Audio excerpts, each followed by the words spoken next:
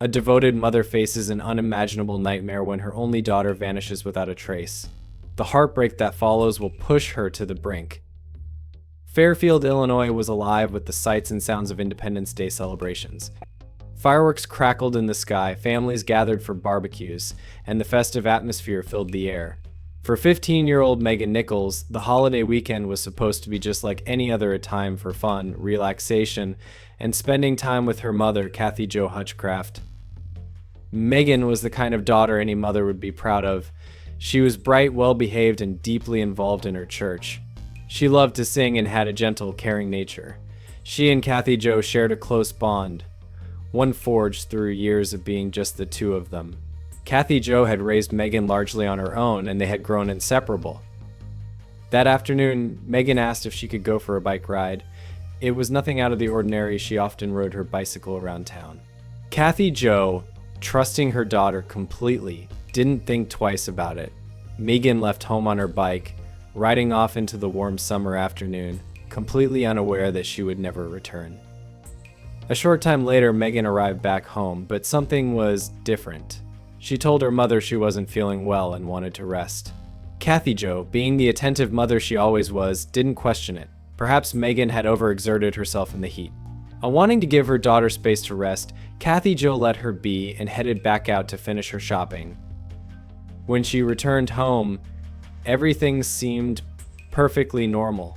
There were no signs of a struggle, no open doors, no obvious clues that anything was wrong. Megan's bedroom door was closed just as she had left it. Assuming her daughter was still resting, Kathy Jo put away the groceries and settled in for the evening. Then an eerie feeling crept over her. It was subtle at first, just a mother's intuition. A sinking sensation in her stomach told her something was wrong. The house was too quiet. Megan, who was usually up and about, hadn't made a sound. The feeling intensified until she couldn't ignore it any longer. With a growing sense of unease, Kathy Jo walked upstairs and gently opened Megan's door. What she saw made her heart drop. The bed was empty. Megan was gone. At first, she tried to rationalize it. Maybe Megan had stepped out for some fresh air. Maybe she had gone to visit a friend, but deep down, Kathy Jo knew better. Something was terribly wrong. Panic set in. She called Megan's name, checked the backyard, and searched the house again, hoping she had simply overlooked something. But Megan was nowhere to be found. Frantic, Kathy Jo called her own mother for help. Together, they made the decision to go straight to the police and report Megan missing. But instead of urgency, they were met with indifference.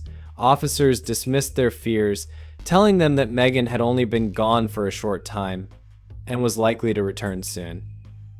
Kathy Jo was left with a mother's worst nightmare: her daughter had vanished, and no one seemed to be taking it seriously.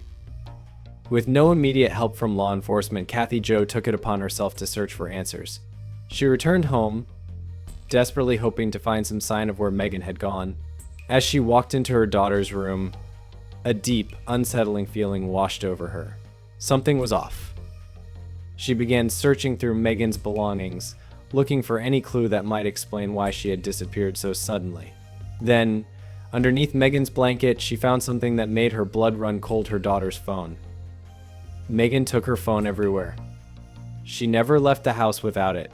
But when Kathy Jo picked it up and tried to check for messages, she discovered something even more disturbing. The phone had been completely wiped.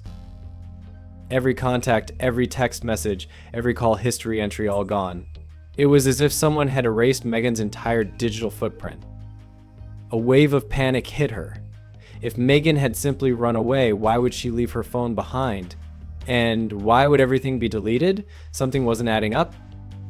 As she continued searching, she stumbled upon another chilling discovery: a handwritten note. At first glance, it looked like Megan's handwriting, but as Kathy Jo read the words, a sickening realization hit her. The note didn't sound like something Megan would write. The message was distant, almost cold. It felt forced. The words lingered in her mind, gnawing at her. If this was Megan's final message before leaving, why did it feel so unnatural? Knowing her daughter as well as she did, Kathy Jo was convinced Megan hadn't written this willingly. Trying to stay calm, she thought about the next logical step. Megan's phone was wiped, but maybe her bank account could provide some answers. Grabbing her computer, Kathy Jo logged in to check Megan's account history. What she found was shocking. Megan had withdrawn a significant amount of money on the afternoon of July 3rd, around the same time she had left for her bike ride. A lump formed in Kathy Jo's throat. This was not a coincidence. Determined to find more proof, she took this new evidence to the bank. She explained Megan's disappearance and asked if they had surveillance footage from the ATM. The bank employees reviewed the footage, and there she was, Megan, alone, riding up to the ATM on her bike, withdrawing cash. This was the last confirmed sighting of her. Armed with the phone, the suspicious note, and the ATM footage, Kathy Jo returned to the police, demanding they take her daughter's disappearance seriously. This was no teenage runaway case. Megan had been taken and time was running out.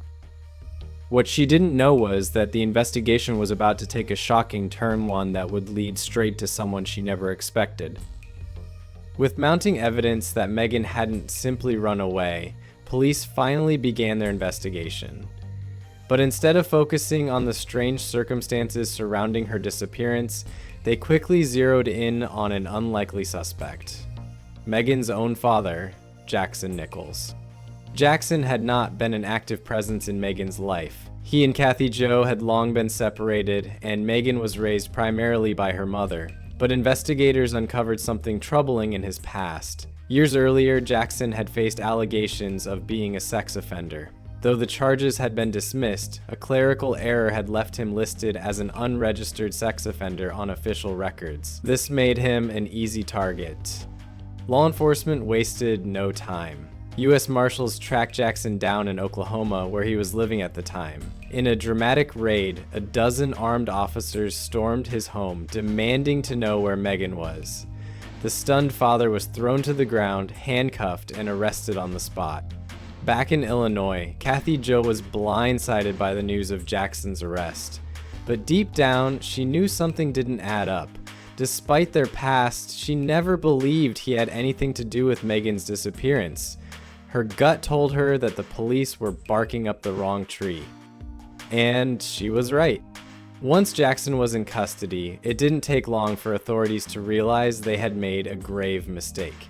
The charges against him had been dropped years earlier, and there was no evidence linking him to Megan's case. His arrest had been nothing more than a bureaucratic mix-up. In a matter of minutes, his case was dismissed, and he was escorted out of the courthouse, a free man. Jackson was furious, not just at the system that had failed him, but at the fact that while law enforcement had been focused on the wrong suspect, the real person responsible for Megan's disappearance was still out there. "I can't claim to be a perfect father," Jackson later admitted. "My ex-wife did all the hard work, she raised Megan, and she did an amazing job. But I never imagined I could feel this much pain. I never knew I could be this angry." Despite being cleared, Jackson's name remained tainted in the public eye. The damage had been done, and worst of all, his daughter was still missing.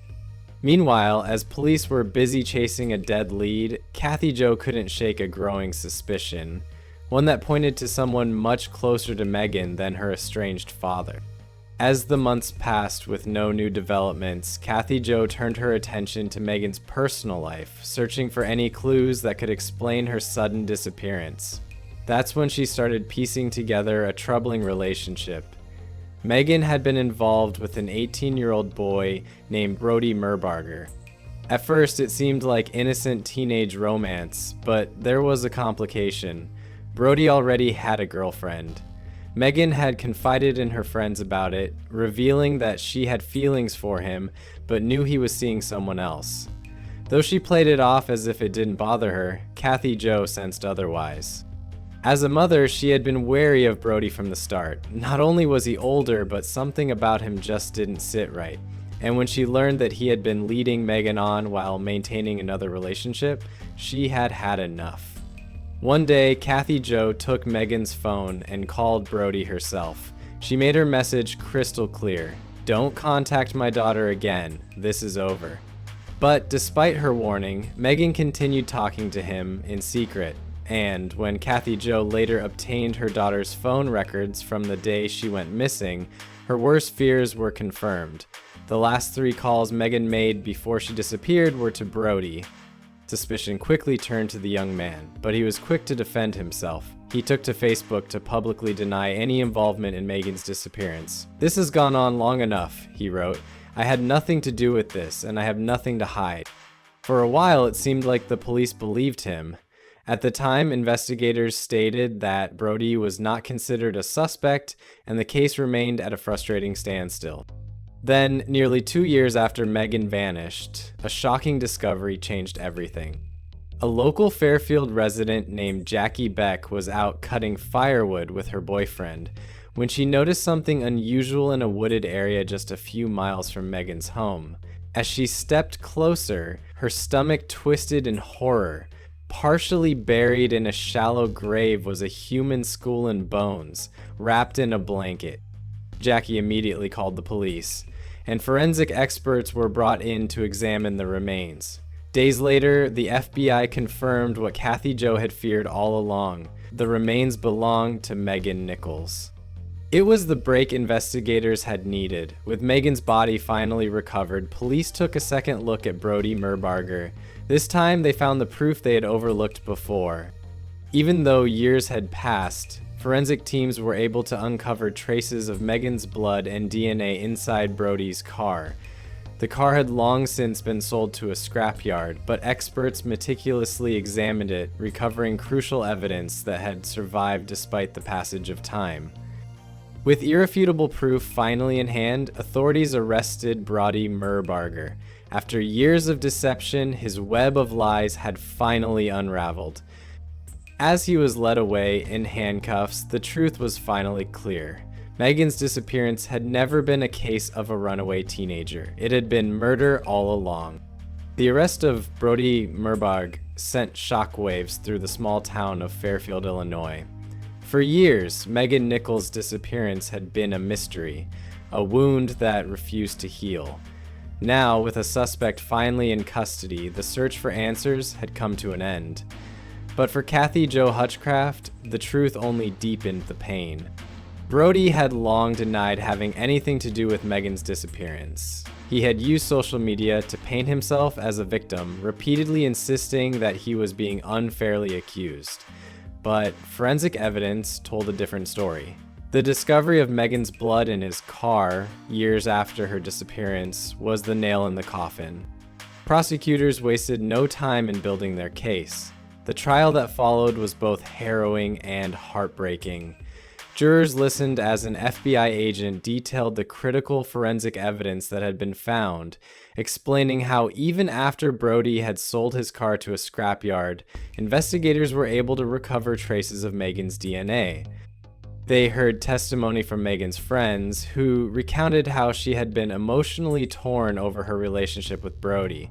She had believed he cared about her, only to find out he had been stringing her along while dating another girl. Some friends even recalled how Megan had been distressed in the days leading up to her disappearance, as though she knew something wasn't right. Kathy Jo was forced to relive the nightmare, taking the stand to describe the last moments she had with her daughter. She spoke of the hug, the "I love you," the feeling in her gut that told her something was terribly wrong. And she described the pain of searching for answers while law enforcement wasted time chasing false leads. Brody's defense team tried to cast doubt on the evidence, but there was no escaping the truth. The DNA, the phone records, the last calls Megan ever made, all of it pointed directly to him. When the jury returned their verdict, the courtroom fell silent. Guilty. Brody Merbarger was convicted of first-degree murder and sentenced to 50 years in prison. The sentence ensured that he would spend most, if not all, of his life behind bars. Justice had finally been served. But for Kathy Jo, there was no real sense of victory. No amount of prison time could bring her daughter back. Megan had been her world, her only child, her best friend. The bond they had shared had been ripped away in an act of selfish cruelty. "I still look for her," Kathy Jo later admitted. "I know she's gone, but I still expect to see her. Though justice was delivered, the heartbreak remained. Megan's life had been stolen far too soon, and no punishment would ever be enough to erase that pain. Fairfield, Illinois would never forget Megan Nichols. She had been a bright, kind-hearted girl with dreams and a future ahead of her, and while her story had finally found an ending, the loss she left behind would never fade.